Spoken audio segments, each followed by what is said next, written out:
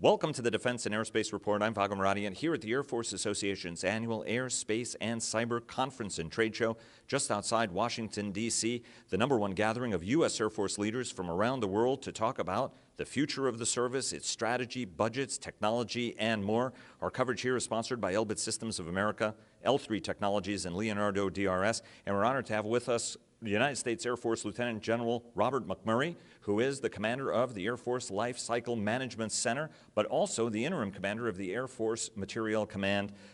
Boy, it's not like you were busy enough, so now you have got 2 jobs, sir. Thanks for the time. 2 for the price of 1. I'm happy to be here, Vago. Thank you. Secretary Wilson and Goldfein have sort of set out, the strategy that it's a great power, mindset that the service has to get into. The Secretary announcing 74 new squadrons in order to fill out the combat capability of the force, but also the sustainment and logistics piece of it. Dr. Roper has been working on his century goals in order to deliver that strategy. Wants to accelerate acquisition, insert innovation, but also reduce cost. Since you are touching almost every single platform and almost every single system, talk to us a little bit about how that's shaping your priorities and how you guys are taking that lofty strategic goal and at a very deck plate level realizing it. Right, so when you heard the Secretary talk, she said the operational squadrons are the fist. We're the body. We're the power behind that. What we've got to do is bring material solutions that bring genuine warfighting capability. The first step is to increase the readiness and lethality of the systems that we have now. To do that, we've got to get better at sustainment. The sustainment activities really ripe for bringing in new technology to help us prevent long-term delays or long-term fixed problems on planned heavy maintenance. It brings the ability to do better maintenance on the flight line. It allows us to use data to be smart. Okay, the things we can really bring there, additive manufacturing. Additive manufacturing allows you to build everything from parts to tools to give you a 3D model to look at failure modes and effects that you get in a way that really allow you to make the system perform better and avoid waiting 3 years for a part no one makes anymore. You look at data analytics and condition-based maintenance. That allows us to look at the performance data of the system, predict when it's going to need maintenance, and then schedule that maintenance and get it done without having to wait for it to break, maybe in Botswana. I mean, a long ways away. You don't want to have to go around the world to do maintenance that you know is going to need to be done when you can do it here at home. We know that certain things are very manpower intensive, like paint. Paint's one of our biggest. Robotic paint and depaint capabilities, really, really big deal. And then finally, the technology of cold spray allows you the ability to make repairs that we were never able to make before.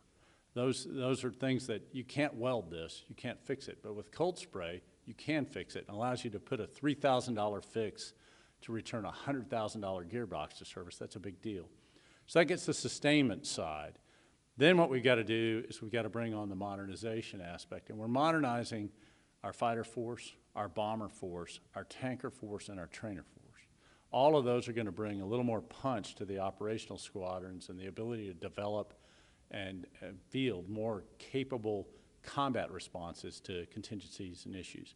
When we do that, we have to be thinking, though, along the way the Chief has been talking about this idea of multi-domain, about how do we bring multiple effects to bear on a situation or a case so that our enemy or adversary is unable to predict what's happening and is overwhelmed. He thinks of it as decision dilemmas. I think that's a great way to talk about it. I think of it as an extension of mass. We had mass, used to be just more guys at one place. Then it was more firepower at one place. Then it was guided firepower at one place. Now we're talking about firepower or fire effects, if you will, from multiple domains at one place. When you do that, you have an overwhelming impact on the enemy. That's what we're trying to get. To get that, you've got to bring acquisition programs and material solutions forward for the operator in a way that allows them to field them and use them well now and then make them better year after year. Dr. Roper talked to us a little bit about how much resources that could get freed up, which is in the tens of billions of dollars that can be redirected toward acquisition. But more specifically, a geriatric force, not to use a phrase that retired U.S. Air Force Lieutenant General Dave Deptula, the Dean of the Mitchell Institute for Aerospace Studies, likes to point out, it's a geriatric force. There are a lot of modernization programs that are underway. Obviously, B-21 is underway from the striking standpoint, and F-35 and the KC-46 are all priority programs, but they're all going into service in relatively low numbers, historically lower numbers than we would have had in the past. For example, we had hundreds of KC-135s coming into service on an annual basis. Well, about 810 years were delivered, so which is a pretty robust delivery rate. Talk to us a little bit about what you're doing when this sustainment challenge you're going to have is going to be even worse in, say, 5 to 10 years. What are you doing across the sustainment and logistics enterprise to beef up the skills, the capabilities, in order to be able to deal with an aging force, which will be a little bit older before it gets utterly refreshed through a variety of these programs? Well, I think that the two things that come to mind right now. One is the ability to do the analytics and figure out how to predict and schedule the work better.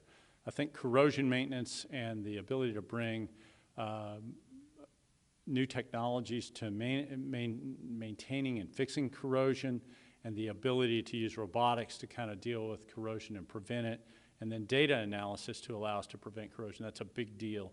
I think we're also bringing on, you said geriatric, and we don't think of it as old, but as a very mature composite repair technology. I think is something that we're also bringing in. And we'll bring in more and more of that as we field more aircrafts with advanced materials in them. It's funny you mentioned composite, because in some ways it solves certain corrosion elements that you would have with an aluminum airplane, but then it has different delamination and long-term sustainability challenges that go with it. So that's kind of are you finding anything from your data in terms of how that behaves over long periods of time that allow you to do a better job for, through, and with composite maintenance? We have that when we get into the various kind of composite material performance areas, we very quickly get into areas I can't really talk about. But what I would tell you is the Air Force Research Lab has a very efficient and very smart, dedicated team looking at the effects that weather and aging and things have on those kind of materials, and how do we deal with them in a way so that they last longer and they're easier to maintain. Let me take you to the logistics centers at Robbins. There are going to be 1,200 skilled folks that are going to be needed over 12 months. That's replicated at other logistics facilities across the country to a degree. Some of these skills are very artisanal in a lot of ways because they're unique skills to older aircraft. I mean, I think at one point, nobody else in the world was even operating as many airplanes as you were of a type like the 135, which was entirely out of production and out of service. You also need cutting-edge software skills and things like that. At a time of full employment, what are the challenges to maintain, vitalize, and just keep attracting talent to the Air Force at a time, again, when a robust, thriving economy is making it hard for people to fill jobs? Oh, first, it's culture. They want to work with the Air Force. When we work with our young people, all the way to our oldest employees, what keeps them here is the opportunity to work on a mission that's bigger than them. It's something that's important to the nation, and they know that what they do makes a difference. And when you talk about the artisanal nature of the work that they do, I think I agree to a degree on that. I think there's a fair bit of fungibility, the ability to move somebody from working one airplane to another. But by the same token, we get a lot of value about, when we're maintaining fleets, there are people that they love that fleet of aircraft. The F-22 guys are like, I worked on aircraft number 1. I want to stay here and work this fleet forever. And you get a lot of, maintenance ownership of those things. And that's great. But I think what you really find, and we talk to people who come and go from our force, what makes them come back is the people they work with and the mission they do. It matters. So you're pretty confident that you're going to be able to fill these positions as they come available across the force? I think so. I think there'll be, we do have an ability to kind of move, I don't want to say move work, because we don't transition missions from one base to another, but we've had a pretty good ability to find workforce when we need it for most of the things that we do. Software skills and data skills are probably one of our biggest challenges, but every industry is having that. We're looking at how can we go at that from a slightly different angle and get the people that we need to fill that in both an economical but a productive manner, because we think they aren't just needed for us, they're needed for the nation. So how do we bring them on at a higher rate? One of the things you mentioned was additive manufacturing, which is changing, is game-changing technology. I know that there are components that are now out and flying in the force. I mean, there are air certification issues that are associated with some of that, and not all powders are equal, right? I mean, there are some things that work very well, and there are others that don't. And some see it as a panacea, and others say, well, you know, it's what from a realistic standpoint, how does additive fit into this entire ecosystem where, again, I mean, as you mentioned, you know, some of these parts take years to produce, right? You said you can't wait 3 years for certain spare parts, especially for certain, you know, odd old machine spare parts that we've had. Talk to us about what the role of additive is in the entire equation. Yeah, so additive has a part in almost the full spectrum of operations, eventually, at least that's the way we see it. Right now today, there are some things you can do easily with additive. If you need tooling jigs, if you need kind of bracing material, if you need things that are needed in order to manufacture something, you can make those with additive. Things that are not flight safety critical, we can make those. There are degrees of flight criticality that we can go to. Where we're not ready yet is in structure, I'm trying to think of the right phrase, it's safety critical structure. We're not there yet. The lab is looking closely at what variability in the molecular structure we need to be tracking to make sure that we can do this safely. We're looking at test schema that will allow us to get high confidence in that. But the real issue is that powder to powder, machine to machine, part to part, there is variability. And we need to know how to detect that variability and eliminate it so that we can get to that level of performance. But that level of performance isn't the biggest problem. I mean, it's not all of the problem. We have a lot of issues with, we just don't have the tooling. We don't have the jig. We don't have this masking bit. We don't have that stand. We can do a ton of things with additive that allow us to not wait. I mean, a knob breaks off, you know, well, maybe I could just print another knob instead of having to order one and not be able to operate that radio for a long time. I actually believe that there's a thing called Amara's Law. This guy looked at, he says, technology. We always overestimate the impact that it'll have in the near term. So there'll be a while before additive comes along. So, but we tend to underestimate it in the long term. I believe additive is going to just be everywhere. We know it's out there, and the best description I had is that it's kind of like a lot of islands right now. What we've got to do is figure out how to network those islands together so that they can have access to the data they need to be able to do the work smartly. Talk to us a little bit about your technology, your ST 2030 plan. I mean, that's your long-range roadmap. It's supposed to be done in December. You know, give us a sense on what we should expect to see from that. Yeah. So first, I want to say it's really the Secretary's ST 2030 roadmap. I think what the emphasis on that was a question of, are we really looking in the right places and working with the right people on foundational science and technology? I don't want to get ahead of the Secretary in terms of what that's going to say, but I'm reasonably confident we have a pretty robust approach towards science and technology through the Air Force Research Lab and through our collaboration with universities and small business. What I think we're going to look at, I don't know that the report will say that, but McMurry's opinion is that one of the things we're going to look at is we really need to establish our priorities well. And that's a challenge in areas like fundamental scientific science and technology, because General Polakowski used to say this. She was my boss for a long time, so I get to quote her. She said, "Technology doesn't know its purpose until we tell it." So you could be finding the exact right technology, but you haven't got the right use for it yet, and so you're not sure how important it is. So as we move forward, I think what we're going to find is that we had a robust program that will need some focusing. I'm not into that. I'm not divulging report data. I don't know I think as it gets to me, we'll work through it, and we'll work through it with the Secretary. One quick question, and that is on changing acquisition culture.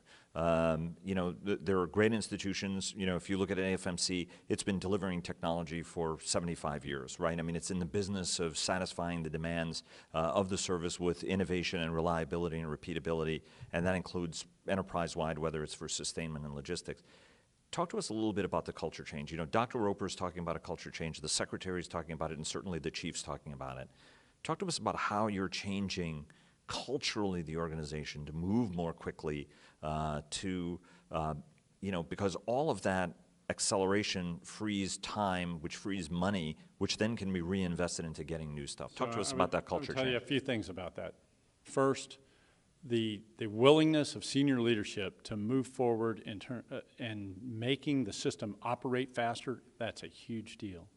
The second thing we've got to do is we've got to communicate to our people and say, what you do matters. You are the body behind that punch. You're the power. So the material solutions we bring matter, and you've got to get focused on outcomes and delivery of that capability. And then we've actually got to deliver that capability so that we can see it work and in a way that builds trust with the user. When we do that, our people look at this place and they say, there's no place else I want to work. That's where I want to be. And that makes us more competitive for talent, makes us more competitive as a military, and makes us safer as a nation. Talk to us a little bit, because you have to spend money to save money. How much money will be required? How much of investment's got to go into this? And what are your investment priorities to get to that next level of sustainment and support for the force, given that that capability is so critical? Well, let's talk about our first two priorities first. First is human capital, because to go fast and to do things better, we got to have people. Second is I want a digital enterprise. For the people, I've had really good support from Congress, both in authorities and things we can do to hire people, bring them on faster, onboard them. And our net budget increase basically is going to be about 9.5%. That gets us to about the authorization that we really wanted, and I think that's going to help us. We've got a lot of new programs, so we're not overflowing with people, but that'll help us move faster. On the digital enterprise side, what we're talking about there are things like additive manufacturing, CBM or condition-based maintenance.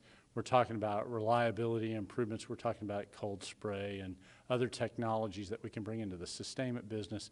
That investment is going to run in the tens of millions per year, but I don't know when it ends, but it does tend to pay for itself pretty quickly if we do it right. And so what we're trying to do is move into that at a fairly slow rate and get competent and keep going at it and just continue to add money into it as we need to, as we see opportunities. And what's the role from industry, whether it's from airlines, whether it's even outsourcing work, whether it's different kinds of partnerships? What are some of the other ways that you can bring some of the best of private industry into the system to improve the output? Yeah, I think that the best way to think of industry first is we don't want to invent it if we don't have to. If industry solve the problem, we're gonna look there. The people we're learning the most about from right now probably are Delta Airlines. Delta Airlines took on this problem of trying to deal with the reliability of their fleet and how do they approach it. And they did it with a data analytics approach and condition-based maintenance. And what we've learned from them is how to start building that data lake, how to start putting the agile programmers together and the analysts to start figuring out what's going on with aircraft so we can fix them before they break. We've already seen fixes on B-1s with fuel leaks where you could detect the fuel is leaking by the movement of the migration of the fuel from the sensors that we have in the aircraft. We've also seen C5 errors that we found through the analysis of the data. And what we're going to do is expand that to an enhanced reliability program, which will allow us to bring data from non-instrumented aircraft, old aircraft like KC-135 or B-52, and look at the reliability drivers there and be anticipatory about where we think breaks are going to happen so that we can stop having unexpected breaks and do a lot more with predicted and planned maintenance, and that should improve reliability and mission capability rates. Is there a role also for performance-based logistics or anything else in that broader equation for support, do you think?